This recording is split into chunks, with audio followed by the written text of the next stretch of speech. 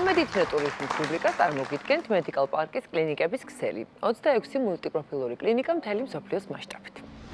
სისხლი, ეს არის რა თქმა უნდა ჩვენი სხეულის მამოძრავებელი ძალა, ეს არის მთავარი ენერგიის წყარო.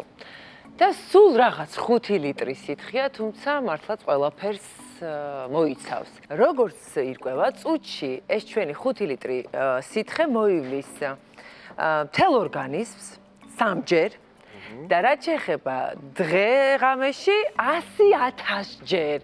და რაც თავარია, ყველა ორგანოსთან მიიტანს საჭირო მინერალებს, ჟანგბადით მოამარაგებს და დაავადებებისგან კი იცავს კიდევაც. აი, ეს ყოფილა 5 ლიტრი. 5 ლიტრი. პროცენტებში რო გამოსახოთ, ჩვენი ორგანიზმის 7-8% შეადგენს სისხლი.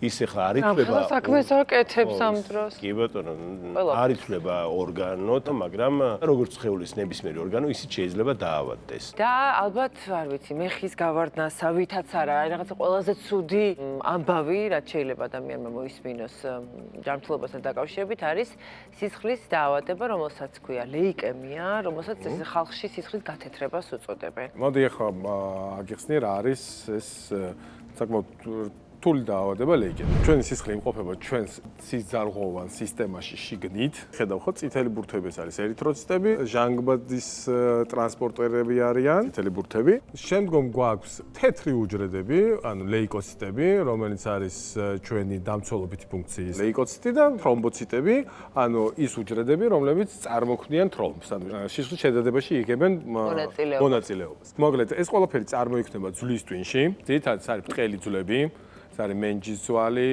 ბეჭის ძვალი, მკერდის ძვალი და ასევე მსხვილი ძვლების, აი სახსრებთან ახლოს რაღაც ფართოვდება მეტაფიზებში რა. ეს სისხლი ამ ძვალში წარმოიქმნება ესეთი ღეროვანი უჯრედებისგან. ის ყოველ დღე წარმოქმნის მილიონობით წითელს და თეთრი სისხლის ნაწილაკებს, რომელიც გადადის სისხლში. ყველა ამ უჯრედს აქვს თავის, ესე ვთქვათ, სიკვდილის გენი. ჩართული და რაღაც დრო რო გავა ფუნქციის შემდეგ ეს გენი ირთვება და ეს უჯრედები კვდება და მუდმივად სიცოცხლის რაღაც ჯაჭვი, სიცოცხლის ჯაჭვი და მუდმივად ხდება სისხლის განახლება, რომ ანუ ესე ვთქვათ, ხარისხიანად მოემსახუროს ეს სისხლი ჩვენს ორგანიზმს. კი. ეხლა სიმსივნეებს რაც შეეხება, ეხლა მანდვე აგიხსნი. ხარ. როგორც ვთქვით, არის 3 ტიპის, ხო? წითელი, ანუ ერითროციტები სისხლში უფრო მეტი არიან ვიდრე თეთრი. იმიტომ რომ ჟანგბადი უფრო, ხო, ჟანგბადი ბევრი ჭირდება. ხო? ლეიკოციტები არის ანთება ბაქტერიის წინააღმდეგ, ვირუსის წინააღმდეგ. მაგრამ თეთრი სისხლი ჩვენი იმუნიტეტია. ჩვენი იმუნიტეტი, ჩვენი ჟანგბადი. ჩვენი სატრანსპორტო. კი ბატონო. ჟანგბადი. როდესაც ხდება გენეტიკური დარღვევები აი ძვლის ტვინში, სადაც წარმოიქმნება ეს უჯრედები, ამ უჯრედებს შეიძლება მოვიდეს წითელს არ ემართება, თეთრს ემართება რა. ამას შეიძლება მოვიდეს ორი შეცდომა. ერთი, არ კონდეს აი ამ თვითკვდომის გენი, ხო? და მუდმივად ცხოვრობდეს და ემატება. ბევრი ხდება და ფანაფარდობა ირღვევა. და მეორე ეს არის, ანუ პირიქით უკონტროლო ზრდა ჩართოს. ანუ ესენი ბევრი გახდეს და თან ამათ მათ აქვთ გარკვეული დეფექტები, ისინი თავიანთ ფუნქციას ვერ ასრულებენ. ამათი თანაფარდობა ქმნის პრობლემას რა. აი დავუშვათ, აი ეს კი ბატონო, ტავი და ერითროციტები. ხო, ნორმალური ამბავი. თანაფარდობით დავუშვათ აი ესე. და ამას ახლა უკონტროლო ზრდით დაემატა უკვე ეს დისფუნქციური ცუდი თეთრი უჯრედები, რომელმაც შეცვალა ანუ ბალანსი და რაც მე უკვე კლინიკურად გამოვლინდა. გასაგებია, ძალიან დიდი მადლობა გიორგი ამ გასაგები ლექციისთვის. კი, კარგად გავიგე ნამდვილად ყველაფერი. თიკა, ლეიკემია ხშირად მწვავედ იწყება. ადამიანს აქვს ცხელება, მაღალი ტემპერატურა, ოფლიანობა და შეიძლება ჩაითვალოს, რომ გრიპის ნიშნები აქვს. თუმცა შეიძლება სხვა სიმპტომების გამოვლინდეს, როგორიც არის ძვლების ტკივილი, რომელიც ყველაზე მეტად გულმკერდის არეში აქვს პაციენტს, სისხლჩაქცევები კანსა და ლორწოვან გარსებზე, სისხლდენა შეიძლება იყოს ცხვირიდან და ღრდილებიდან, საერთო სისუსტე და ადვილად დაღლა ლიმფური კვანძების ასევე ღვიძლის და ელენთის გადიდება და ხშირი ინფექციები. წარსულში ეს დიაგნოზი ფაქტიურად გადაჩენი იყო სამწუხაროდ, მაგრამ ანუ მედიცინის განვითარებასთან ერთად განსაკუთრებით მოლეკულური ბიოლოგიის, გენური ინჟინერიის და ასევე ქიმიოთერაპიის და გარკვეული ტიპის ქირურგიების განვითარებით, ესე ვიტყვით, რომ ბავშვებში 80%-მდე უკვე სრულად განკურნებადია. ხო, ერთის რო ძალიან კარგია და სასიამოვნოა, რომ ასე ნელ-ნელა სამედიცინო სექტორი ერევა აი ამ კონკრეტულ დაავადებას და 80%-ის გამოჯამოს. ესე ვთქვათ, აქეთ მხარეს არის გამარჯვება, ეს ძალიან მნიშვნელოვანია და მინდა გაგიზიაროთ 13 წლის ანდრიას ისტორია, რომელმაც გადაიტანა ვირუსული ინფექცია და შემდეგ ლიმფობლასტური ლეიკემია დაუდასტურდა. მოდით გავიცადოთ ეს ახალგაზრდა. 13 წლის ვიყავი და კალათბურთზე მივდიოდი, მაგრამ რაღაც კალათბურთზე წასვლის წინ რაღაც სუნთქვაზე დამეწყო პრობლემები. მე ვარ სოფიკა სვანიძე, 5 შვილის დედა. 2022 წლამდე ცხოვრობდი ჩვეული რეჟიმით და 2022 წელს ნოემბერში ცოტა ჩვენი ოჯახის ისტორია შეიცვალა. ეს განაპირობა ანდრიას ამბავმა, ჩემი შუათანიშვილის ამბავმა. მოვიდა ჩემთან შივილით, რომ დედა სუნთქვა მიჭირს. წავიყვანე კლინიკაში. იმდენად შოლებრივი დღე იყო ჩემთვის, რომ ექიმის შემდეგ ვაპირებდი ისევ კალათბურთზე დაბრუნებას. გადავიღეთ რენტგენი, სადაც საჩვენა რომ ფილტვი და გული იყო უკვე სითხით მოცული. გაკვირვებაში კი ვიყავი, რაღაცას გრძნობდი, რომ რაღაც ვერ იყო რა. ექიმი რო შემოვიდა და მითხრა რა არის სისხლის პრობლემა, ჩემს ბავშვობაში ჩემი ნათესავი არის გარდაცვლილი დაავადება ლეიკემიით და ჩემთვის ეს სიტყვა ზოგადად და ეს ფრაზა ძალიან დამდგუნველი იყო ყოველთვის. ერთადერთი რაც არ მინდოდა გამეგო, ეს იყო რისიც ყველაზე მეტად მეშინოდა ჩემ ცხოვრებაში. ექიმმა მითხრა რომ სავარაუდო ლეიკემიის დიაგნოზით თქვენი შვილი და აი იქ ზუსტად ჩემი ცხოვრება, არ ვიცი, გაჩერდა რამოდენიმე წამი. წავედით თურქეთში, მედიკალ პარკ ბახჩევლიერ, ესეთი კლინიკა არის. იცი რა მითხრა, 2 კვირით უნდა წავიდეთო, ფილტვის ანთება გაქვს. ხვდებოდი რომ ძალიან სულ რაღაცასთან მქონდა საქმე, ხვდებოდი რომ ეს ადვილი გზა არ იქნებოდა, მაგრამ აუცილებლად ჯეროდა იმისიც რომ ამ ყველაფერს დავამარცხებდით. იქ გავიგე რომ ლეიკემია და ცოტა შემეშინა, ცოტა გაუგნებული ვიყავ. იმდენად მოულოდნელი იყო, არ მოველოდი საერთოდ რა. აი არა მეგონა რომ რაღაცა ვიყავი, 5 შვილის დედა ვიყავი მეგონა, მაგრამ იქ უკვე რაღაც ესეთი ისიც გაჩემთვალწი რომ აი არაფერი ვიყავი, იმიტომ რომ ჩემი შვილი ვიცოდი რომ ისეთ რაღაცას უნდა შებრძოლებოდა, რომ შეიძლებოდა ამის ძალები არ ყოფნოდა, ან მეც არ მყოფნოდა, აი არ ვიცოდი ეს ყველაფერი. სულ მეუბნებოდა რომ ესეც სულად არ უნდა გამოვიყურებოდა, იმიტომ რომ მე შეზე ძალიან სულად იმოქმედებს. ჩემი ყოველი დღე იწყებოდა იმით, საავადმყოფო იქნებოდა თუ სახლი, მე ყოველთვის ვიყავი ფორმაში. აი ღიმილით და რაღაც ეს უნდა გამოვიყურებოდა და მართლა იცი ყო მე რომ დედა ჩემი ნახა რომ აი ანერვულებოდა რაღაცა. მე აი ძალიან უფრო მეტად გავტყრებული რა. დავდექით ამ დიდ გზაზე, რასაც კურნალობა ქვია. კურნალობის პერიოდი ხანგრძლივი იყო, 7-8 თვე იყო. დედა ჩემმა მოსადმოებლად არანაირი დრო არ მომცა, ფეხზე დამაყენა და ბრძოლა შევუდექით რა ესე ვთქვათ რა. მაგრამ დედა ჩემ არა ჩემი ოჯახი მთლიანად ჩემო მეგობრებო ვინაიდან ანდრიას ჭირდებოდა გადანერგვა, თუ ოჯახის წევრი აღმოჩნდება განსაკუთრებით დაანძმა, ეს არის საუკეთესო ვარიანტი ამ დროს. როდესაც მითხრეს, რომ ანალიზები უნდა ამეღო, ჩვეულებრივად წავედი, იმიტომ რომ ვიცოდი, რომ საქმეს ესე ჭირდებოდა. და პასუხად მოვიდა, რომ ელენე უნდა ყოფილიყო ანდრიას დონორი.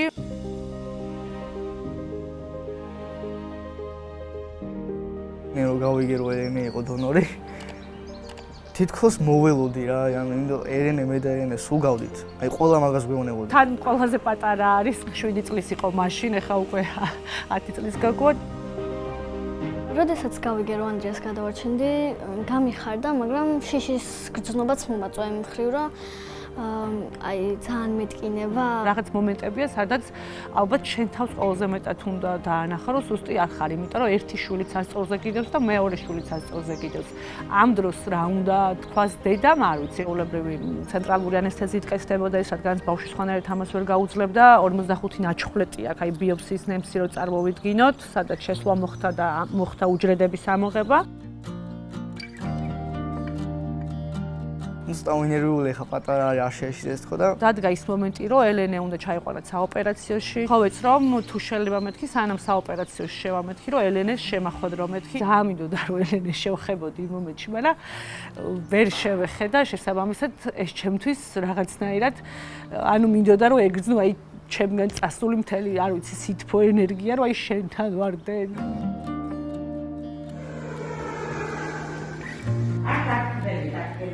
ოპერაციამდე დედა როცა დაახერხე, საერთოდ აღარ მქონდა შიშის გზნობა და მახსოვს პალატაში რო შევდიოდი, ვიცინოდი რა. და აი ცრემლიც არ დამანახა, ესეთი 7 წლის ბავშვი, ესეთი ასე მობილიზებული იყო. სახელი ელენე ნიშნავს ნათებას საერთოდ და დავწმუნდი, რომ ჩვენი ცხოვრება გაანათა და ამ შემთხვევაში ანდრიას ცხოვრება მართლა გაანათა. ეს ვენატრებოდა.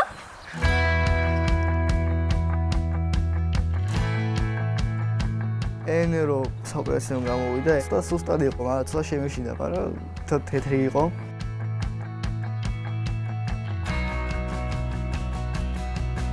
ჩემ ძმას რო შევხედე და რომ მივხვდი რისთვისაც ვაკეთებდი ამ ყველაფერს, აი უფრო მოუძლიერდი. უჯრედების გადანერგვა გაკეთდა და რომ შემიძლია ვთქვა, რომ უბრალოდ აი ვუყურე როგორ დაიბადა ანდრია, ჩემი შვილი, საშვილოსნოს გარეშე და როგორ ჩამოყალიბდა თავიდან ანდრია, რაც იყო ის, რადგანაც კუნაობის პერიოდში ადამიანი იცვლის თავის შესახედაობას, წონას, ფორმებს, ზომებს და საერთოდ სხვა ადამიანი იყო ჩემ თვალწინ რაღაც პერიოდი, რა ვერ ვცნობდი ხოლმე, აი რო ვყურებდი, რაღაც მიჭირდა. და აი მომენტში, აი როგორც თოთო ბავშვს აქვს ხელები რბილი, აი ზუსტად თოთო ბავშვი იყო, 25 დღის განმავლობაში იწვა საერთოდ, ვერ ჭამდა, ვერ ცვამდა, კათეტერით იღებდა ამ ყველაფერს და ერთადერთი იყო, რომ ვუმღეროდი იავნანას და ვეფერებოდი თავზე, აი ჩვენი მთელი ურთიერთობა და ველოდებოდი ანდრიას დაბადებას და 21 დღის მერე დაიბადა გადანერგვიდან, როცა უკვე პირველი უჯრედი წამოვიდა ლეიკოციტებით. აი ეს უკვე იყო, რომ ეს იყო უკვე ის, რომ დავდექით კარგ გზაზე, ჩემთვის ეს იყო, აი მაშინ რაღაცნაირად მოუწყდი, არ ვიცი, აი პატარა იმედების დაკარგვა იყო, მაგრამ აი ადვილად მიბრუნებოდა დედაჩემის და მამაჩემის და ჩემი ოჯახის ხარჯზე. 14 წლის ანდრია გელაშვილს სჭირდება თქვენი დახმარება, მას დაუდგინდა მწვავე ლიმფობლასტური ლეიკემია. არ ვიცი, აი მართლა არ მეგულება საქართველოში კუთხე თუ თბილისში რომელიმე ქუჩა ან ოჯახი, რომელმაც შეიძლება ჩვენი ამბავი გულთან ახლოს არ მიიტანა და უღმესი მადლობა მინდა გადაუხადო ყველა იმ კომპანიას თუ ადამიანს, ასევე ტელეკომპანია რუსთავიორს, რომ აი ესე ჩვენ გვერდში დადგნენ და აი ესე ძალიან მოკლე დროში ამ ხალ მობილიზება გააკეთეს და მოგცეს იმის საშუალება, რომ დღეს ანდრიასთან ერთად ვარ და შემიძლია რომ ჩავეხუტო. მიხარიო რომ ჩვენ გჯეროდა ერთმანეთის და მიხარიო რომ ეს ჩვენ შევძლებთ. თავარია იმედი და ნდობა შენი ოჯახის და შენი მეგობრების, ვის გიყვარს იმათი ნდობა. იმედი თუ გაქვს, ნებისმიერ რაც არ უნდა იყოს, ნებისმიერ რაღაცას დამარცხე.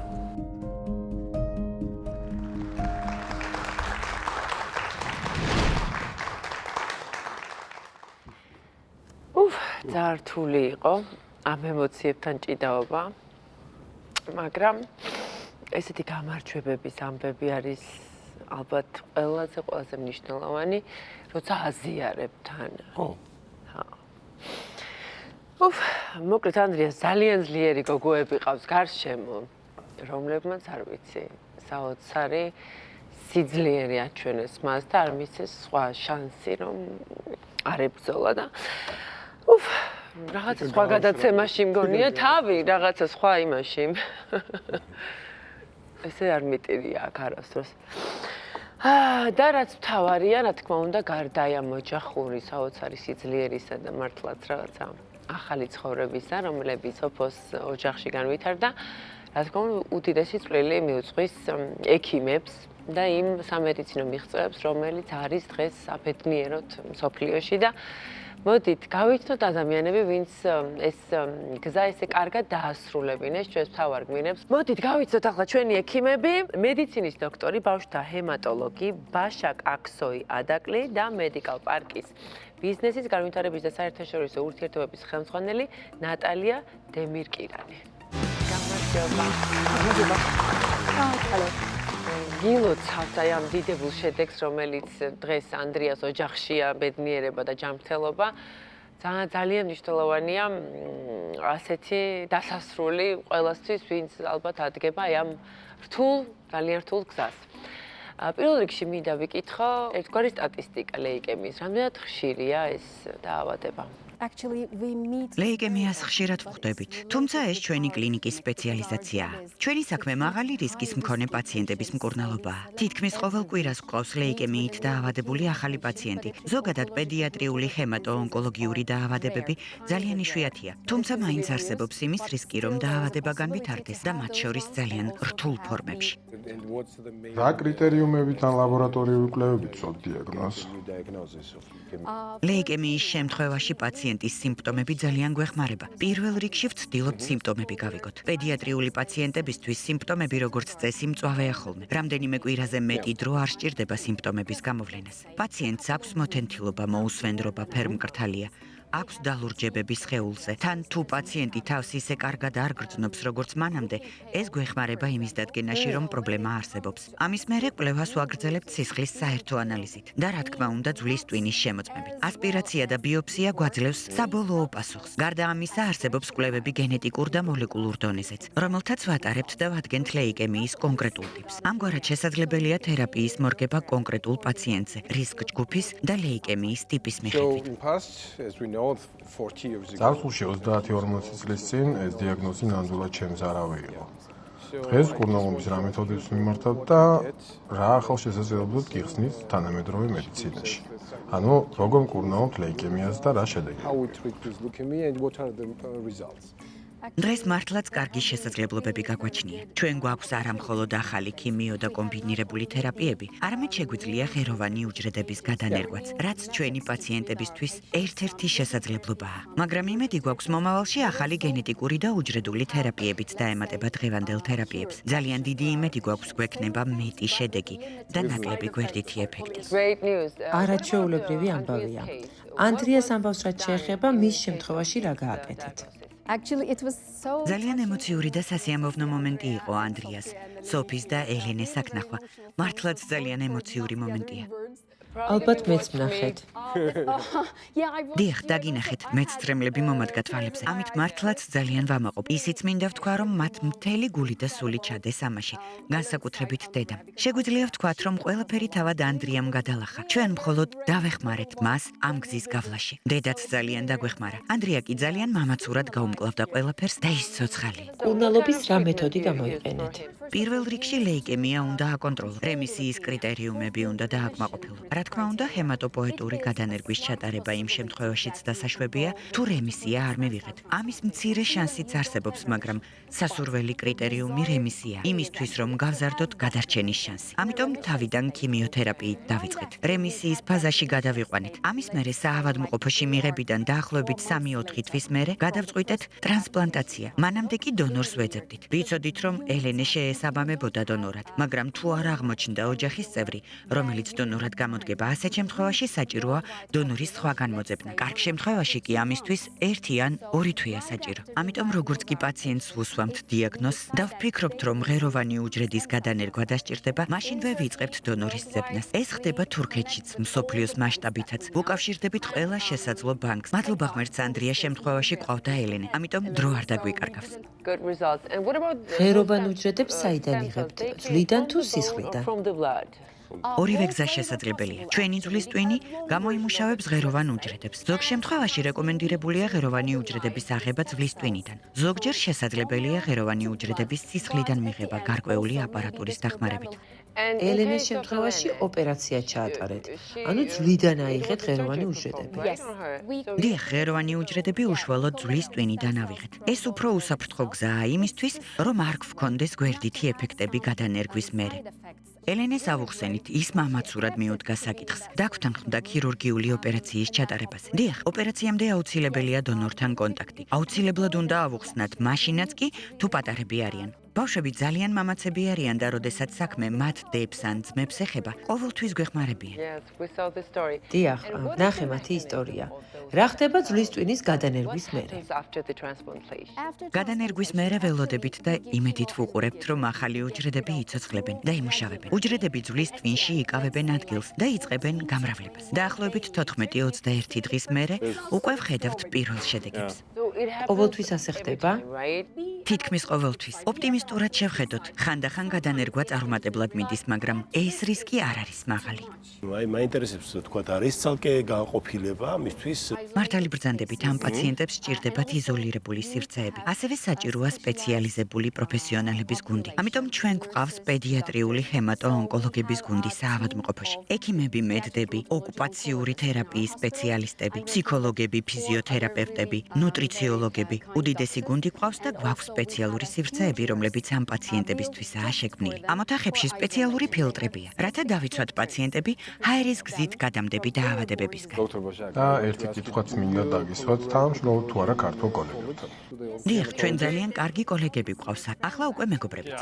ერთი წლის წინ პატარა პაციენტს, რომელსაც ნეირობლასტომა ჰქონდა, ინგოროყვას კლინიკაში ჩაუტარეთ გადანერგვის ოპერაცია. ეს პირველი ასეთი ტიპის ოპერაცია იყო და ამით ძალიან ვამაყობთ. პაციენტი ცოცხალია და მის ჯანმრთელობას არაფერი ემუქრება. ძალიან გვიხარია, რომ ასეა. კარგი ადამიანი ხართ, პროფესიონალისთან ერთად. ნატალია, საინტერესოა, საქართველოსთან ამდენად ხშირია მომართვიანობა და ეს ბავშვების ჯგუფია თუ არა მართლაც ვინც დაუშვათ მოგმართავენ აი ამ დიაგნოზით. დიახ, სამწუხაროა საქართველოსთან ბევრი ონკოჰემატოლოგიური მიმართული პაციენტები მოგვართავენ. უკვე არსებული დიაგნოზით თუ ჯერ კიდევ გაურკვევლობაში მყოფები? იცით როგორ, ეს ეგეთი ძალიან მძიმე რთული დიაგნოზია, რომ ამათვის ძალიან მნიშვნელოვანია მეორე აზრის მოსმენა. ჩვენ ვცდილობთ, რომ ყველანაირად პაციენტების გვერდზე ვიყოთ, დავეხმაროთ ამათმა, რომ თავი იგრძნოს არა როგორც კლინიკაში, არა როგორც უცხო ქვეყანაში, არამედ როგორც სახში ჩვენ ვცდილობთ, რომ ამათთან გვერდზე ვიყოთ. და მომართვის დავუშვათ საჭიროების შემთხვევაში როგორ შეიძლება მოიქცეს მოქალაქე, რომ დავუშვათ მიიღოს თქვენი სერვისები? ჩვენი სერვისები რომ მიიღოს, ამჟამად ჩვენ თბილისში არ გვაქვს ოფისი, მაგრამ ახლო მომავალში იგეგმება და გაიხსნება ოფისი. ამჟამად ბათუმში ჩვენ გვაქვს ოფიციალური წარმომადგენლობა. ამიტომ ძალიან ადვილად შეუძლია ჩვენ დაგვიკავშირდნენ ან ტელეფონით, ან WhatsApp-ით, ელექტრონული პოსტით, სოციალური ქსელებით. იმის მიხედვით ჩვენი ქართული გუნდი დაეხმარება საბუთების შეგროვებაზე, გადაგზავნაში კლინიკაში. და კლინიკის შერჩევაშიც ალბათ ხო? იმიტომ რომ რამდენიმე კლინიკა ხო 26 კლინიკა აქვს ხო Medical Parks და იმდაჟე სად მოხდება როგორ გადამისამართება ამასაც თქვენ უწევთ კურატორობას ასე ვთქვათ? დიახ, თავისთავად როცა პაციენტის მომართვა ხდება ჩვენთან იმის მიხედვით ჩვენ ვარჩევთ კლინიკას რომელი უფრო შესაფერისი იქნება. კეთილი, ძალიან სასიამოვნოა, როდესაც აქვს პაციენტს ან მის ოჯახის წევრს საშუალება რომ მოისმინოს მართლაც მეორე აზრი, რომელიც როგორც წესი არის ძალიან საჭირო იმისთვის რომ მიხვდეს რომ ნამდვილად სწორ დიაგნოზთან არის საქმე და ესე ვთქვათ სწორ გზას შეუდგეს გამოჯამრთელების მიზნით და კიდევ შთაბეჭდილების ქვეშ ვარ, რა თქმა უნდა, იმ ისტორიის, რომელიც გაგიზიარეთ, სწორედ აი ამ გუნდის ძალიან დიდი ძალისხმევით გამოჯამრთელებული და ბედნიერად დაბრუნებული ქართული ოჯახის ამბავი და ვუსურვებ, ვინც აი ამ სირთულეში იმყოფება, ახლა ასეთი ბედნიერი დასასრული ქონოდეს და ძალიან კარგია, რომ მას უმეტეს შემთხვევაში აქვს ძალიან ბედნიერი დასასრული. მადლობა ძალიან დიდი.